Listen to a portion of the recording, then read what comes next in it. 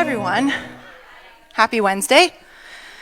And I just want to say thank you for being here. Thank you for trusting me enough to hang out for this portion of the evening. I don't take that lightly.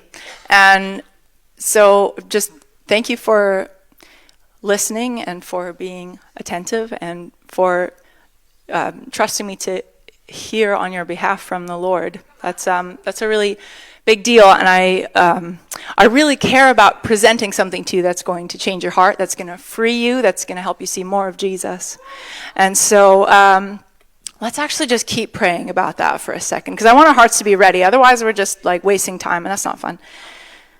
So, Jesus, would you come and soften our hearts, so that they would be ready to receive your truth, that you would just begin stirring up even now, so that all the weeds that you want to pull out, that they'll be ready to go. They'll be ready to be released. And I ask for courage for everyone as you begin to expose whatever you want to expose, when you begin to highlight the areas where we need to let go, where we need to let in more of who you are and your truth, that you would keep stirring and stirring right now and softening just the soil in the gardens of our hearts for you to do what you want to do and to make us more like you. Yeah, we want to be more like you. Amen. All right, so where do I start? Okay, I have a couple different words that kind of led me to where we're going to go tonight, as well as my own inner healing issues, because that's kind of fun. So we're going to put that all together and produce hopefully something that's really helpful to you guys. What I feel like I heard from Jesus, a couple of the things that I want them to have their seatbelts fastened correctly before this ride takes off. Okay. So that's about being secure in the right thing, right? In order to do the ministry that he's asking us to do, which, by the way, is not just like when we suddenly have lots of people in church and they're lined up down the streets, then we're going to do ministry. No, this is the Bible, his words. We've been called to do this the whole time. We have stuff to do already. That may be part of it too. I'm sure there's amazing stuff coming too. Incredible. But if the 2 or 3 people ahead of you right now are not important enough, they won't be then either. So, now is a really, really great time to keep working on our character and on what we decide is important and isn't important, right? And who counts as someone who is important in the ministry that we do? And does it only count once you reach certain numbers or not? Now is a really, really good time to be developing that strength and having our eyes on the right things, and to be getting our own hearts in order continually. Because walking with Jesus, see, the nature of walking is that you're moving away from something and towards something else. Unless you can find some scriptures for me that would say that we're walking in place all the time. Right? Is that the nature of it is that we're leaving more and more darkness behind all the time. Every day. So if you've been walking with him for 70 years, you're still leaving more darkness behind and walking more into his presence and his kingdom and what he has for you. So that's normal. So all of a sudden you'll have big revelations decades into this. That's good. That's normal. That means you're leaving behind more darkness. Yay. So that's okay and that's good. And so I would love to do more of that today. She said hesitantly, because I'm involved in this and I will also have to let go of things. Okay. Let's go to Matthew. Matthew 6:25 is where we're going to start. So this is Jesus. He's a good person to listen to. For this reason I say to you, do not be worried about your life as to what you will eat or what you will drink, nor for your body as to what you will put on. Is not life more than food, and the body more than clothing? Look at the birds of the air, that they do not sow, nor reap, nor gather into barns, and yet your heavenly Father feeds them. We're going to pause on this verse. Are you not worth much more than they? This is the question that I feel him asking us tonight. Some other versions say, don't you know that you're more valuable? Do you know that? Do you? Because everything that he asked for up until that, I mean, the Sermon on the Mount is wild, isn't it? All the things that are in those instructions to us, right? Everything leading up to that, it's like, don't do your fasting and praying to be seen by men.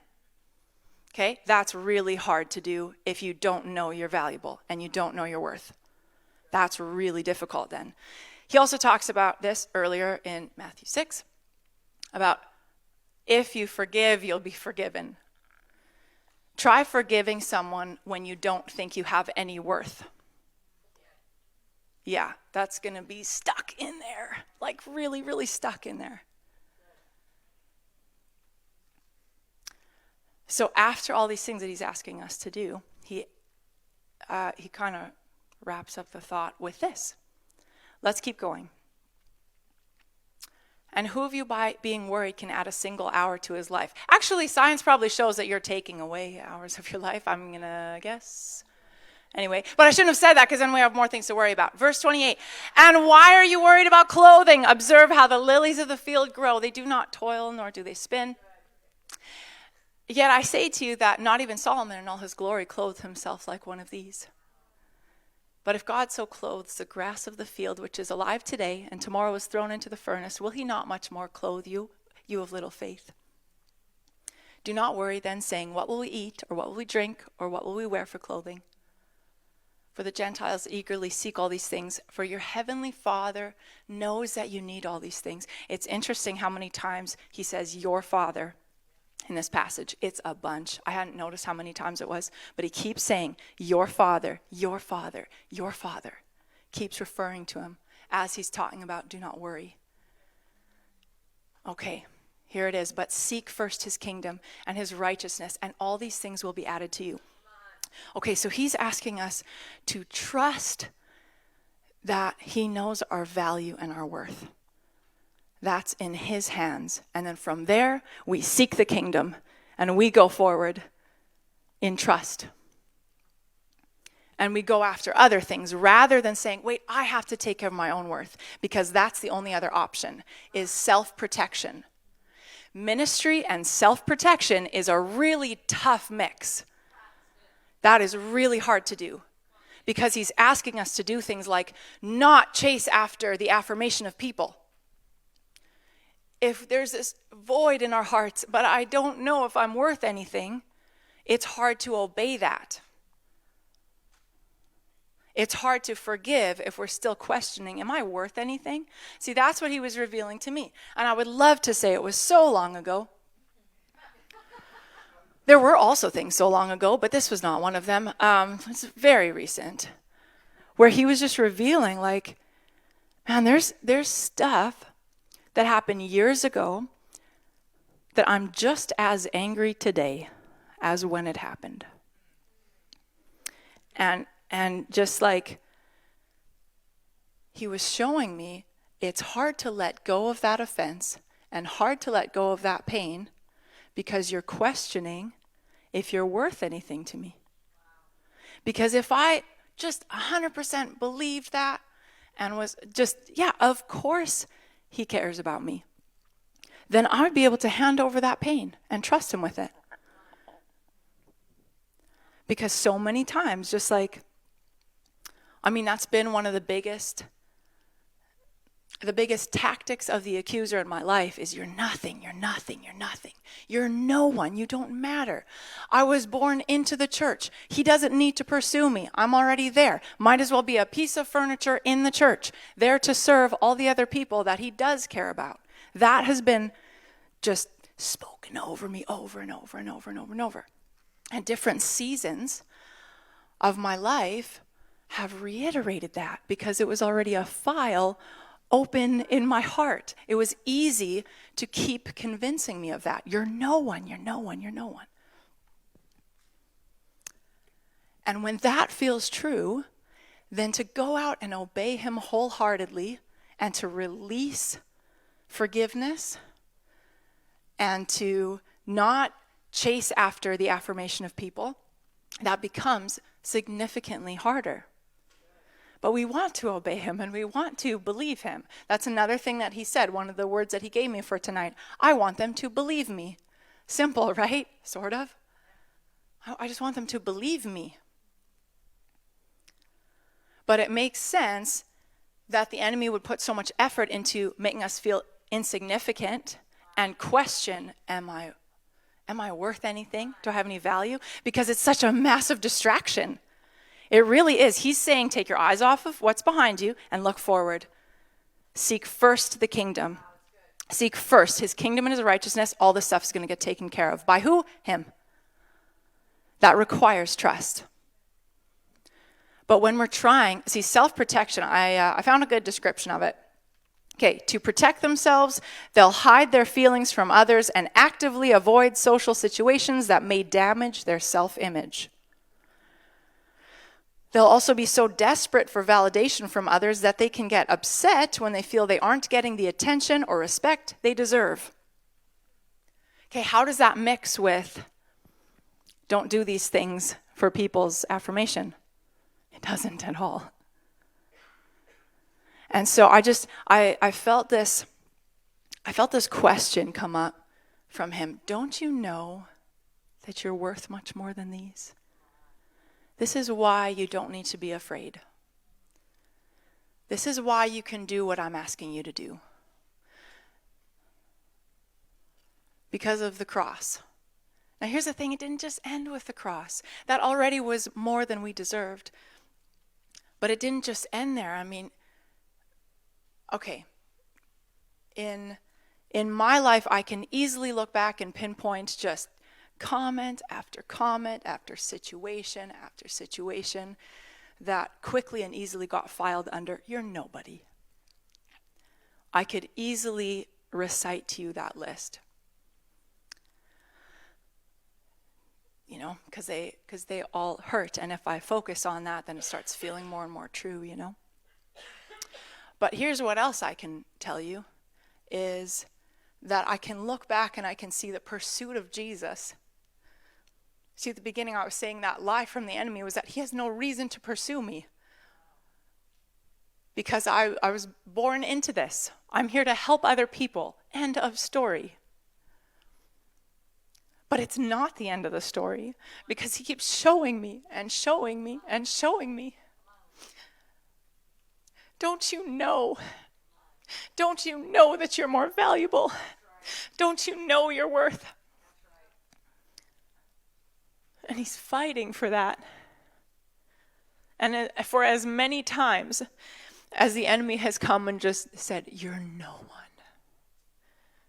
More times than that, Jesus has come and said, don't you know how valuable you are to me?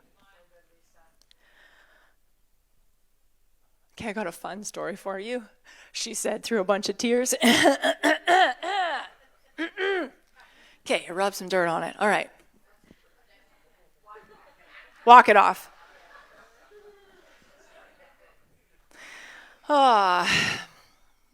There we go.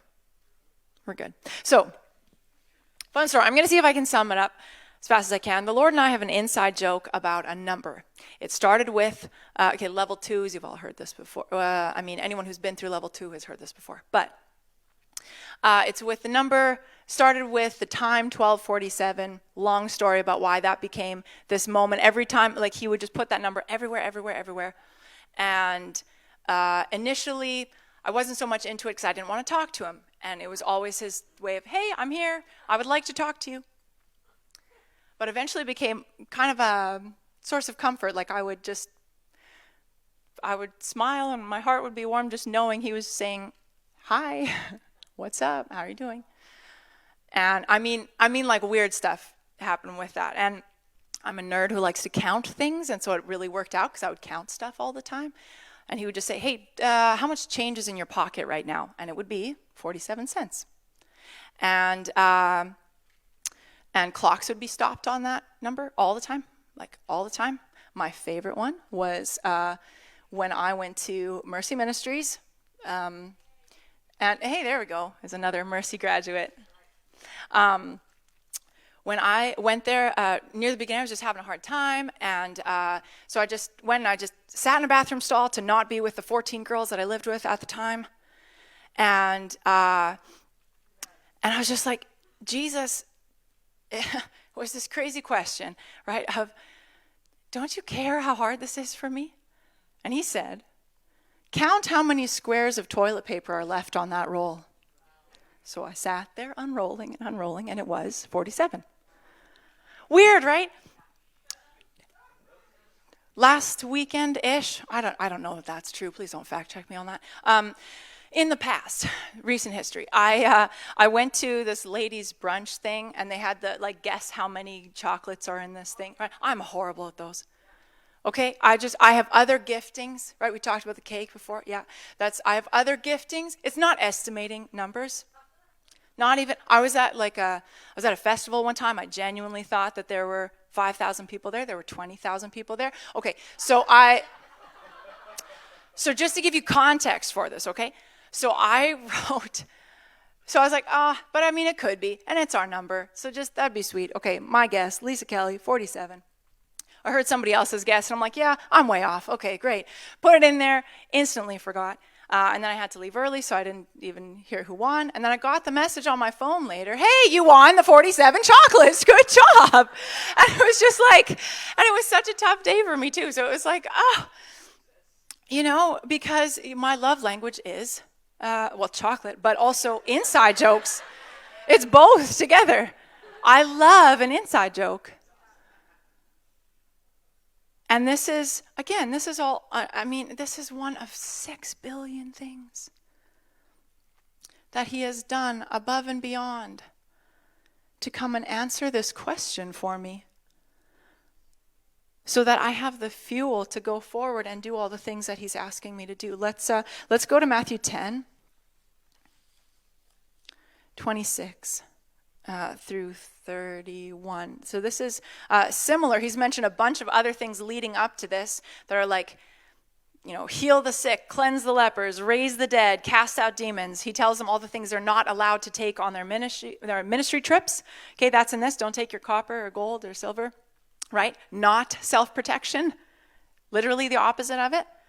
Okay, so do not be, just kidding. Okay, therefore, do not fear them. For there is nothing concealed that will not be revealed, or hidden that will not be known. What I tell you in the darkness, speak in the light, and what you hear whispered in your ear, proclaim upon the housetops. Do not fear those who kill the body, but are unable to kill the soul, but rather fear him who is able to destroy both soul and body in hell. Okay, so this is actually talking about, so fear of man, a whole bunch of what he was describing before. Don't be so freaked out about what people think, because what I think is important. This is another reiteration of that he's the one who actually deserves that place in our life. It matters what he thinks. Like, it matters the most by far what he thinks. Next verse. Are not 2 sparrows sold for a cent, and yet not one of them will fall to the ground apart from your Father? But the very hairs of your head are all numbered. So do not fear. You are more valuable than many sparrows. So that's what I felt like he wanted to kind of soften in our hearts and then release. If there's stuff that we've been busy trying to take care of ourselves, I need to protect this myself. It's a distraction away from all the glorious things that he's called us into. It's a tactic to get us to not be able to run forward with power and love and a sound mind. Because, I have to take care of this. I have to hold on to this pain because I don't trust that you value me. So we're busy holding on to that and trying to protect that instead of all these amazing things that he's calling us to do. Heal the sick, cleanse the lepers, raise the dead. Anyone raised anyone from the dead lately? I would like to. I'm saying that, but I feel like the process might be. Anyway, don't overthink it. Let's just do this. Wouldn't that be great? Okay, there we go. Right? But to do great things with Jesus, Because I don't have to worry about it. Because all this like, wait, am I worth anything? Am I valuable? Yeah, I got that covered. Yeah, you're covered. That was decided. It was decided on the cross. There was no higher price that could have been paid. There's nothing better in all the universe, anything that exists. There was no higher price that could have been paid for you and me. That's covered. And so I felt this invitation to allow that in. We're going to just read one last scripture, and then, sorry, I had a signal for Jamie. Okay, there we go. All right. It was really subtle. I'm glad no one caught it. I know. Okay, anyway, let's read this last one. We have come to know and have believed the love which God has for us. God is love, and the one who abides in love abides in God, and God abides in him. There's other versions that say we have come to rely on it. As in, I'm doing things that actually require that that's true. I trust him enough that I'm going to move forward. I trust him enough that I'm going to try this. I trust him enough that I'm going to obey him. Because he's got the things covered that I normally would be trying to take care of myself. Wait, but what did everyone else think? Do they see how holy I am? Do they see me fasting, and do they see me praying, and or with my pain, right? It's like, can I trust him to take care of that the best way? Or do I need to put all my effort into that, into taking care of myself? Or do I trust that he's got me covered? That was decided before I was even born. I was already set. It was already decided. Don't you know that you're worth more? Don't you know that you're valuable? Then don't be afraid.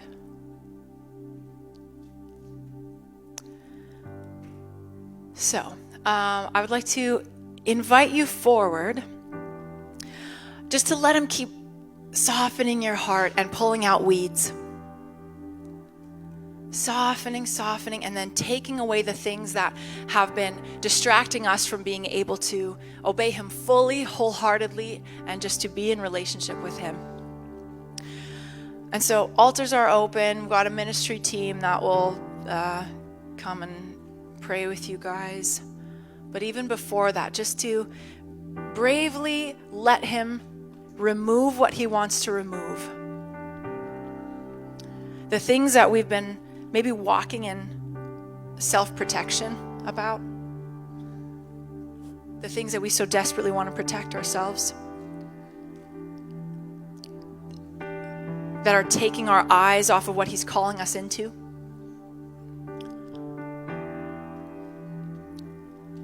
That are just pressing down all the things that we're meant to enjoy, just with fear and with distraction and with questioning and doubt, and really just squashing the joy out of everything.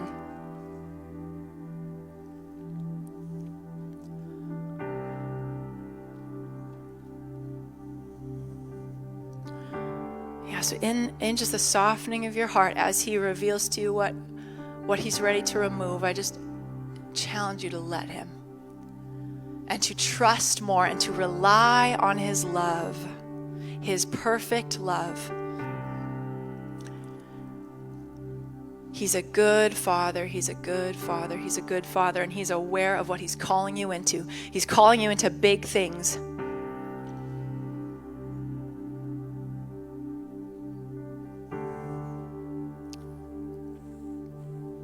And it only works if our security's in him. And our identities are safely in him.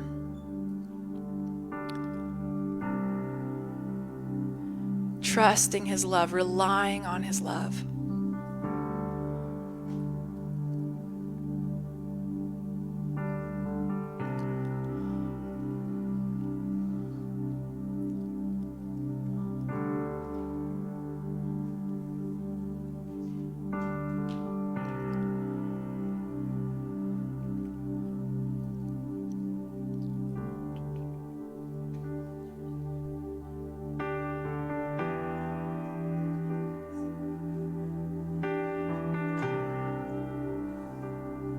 I bless you to see more of the identity that He originally designed for you.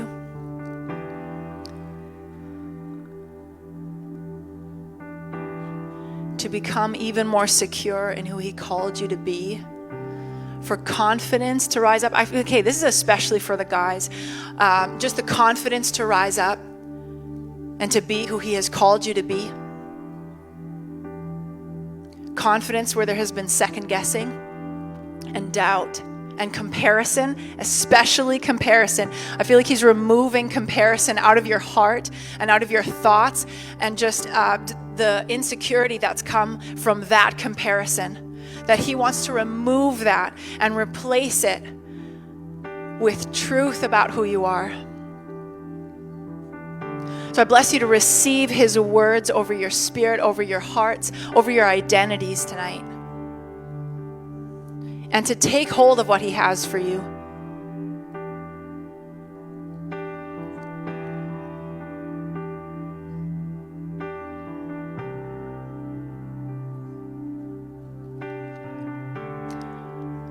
And for the women, I just feel like He really wants to speak to you as a father right now, and just to speak identity over you as a father who knows you and sees you. He sees everything. He searches hearts and minds. And He knows everything. He knows what's good and what you struggle with. I bless you to just feel His eyes on you. That it would bring a peace where there has been fear, where you felt uncovered. That the covering of His hand would be over your hearts right now.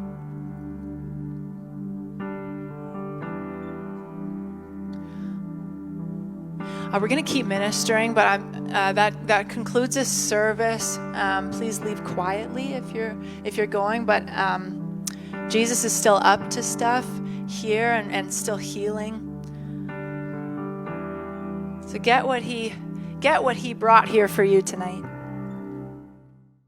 Thank you so much for watching this video. We really appreciate it. And please make sure that you subscribe to our channel so you don't miss out on any of our videos or our live stream. You can also support the Father's House financially by clicking the Give button. Thank you so much for watching, and we hope to see you again soon.